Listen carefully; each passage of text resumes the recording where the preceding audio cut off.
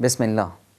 10,000 نیرو سر تا پا در اسلحه و در آهن شهر مدینه رو محاصره کردند.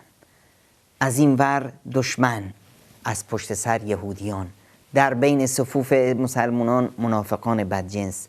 پیامبر اکرم صلی الله علیه و سلم و یاران خندق میزنند. در این وضع بسیار بحرانی، سردی هوا، فقر و ناداری، گرسنگی، پیامبر کلنگ میزنه بر سنگ، میگه الله اکبر، کلیدهای سرزمین شام رو به من دادند، من دارم کاخهای قرمزش رو از اینجا میبینم. الله اکبر، کلیدهای فتح سرزمین فارس به من داده شد، من دارم کاخهای مدائن رو میبینم.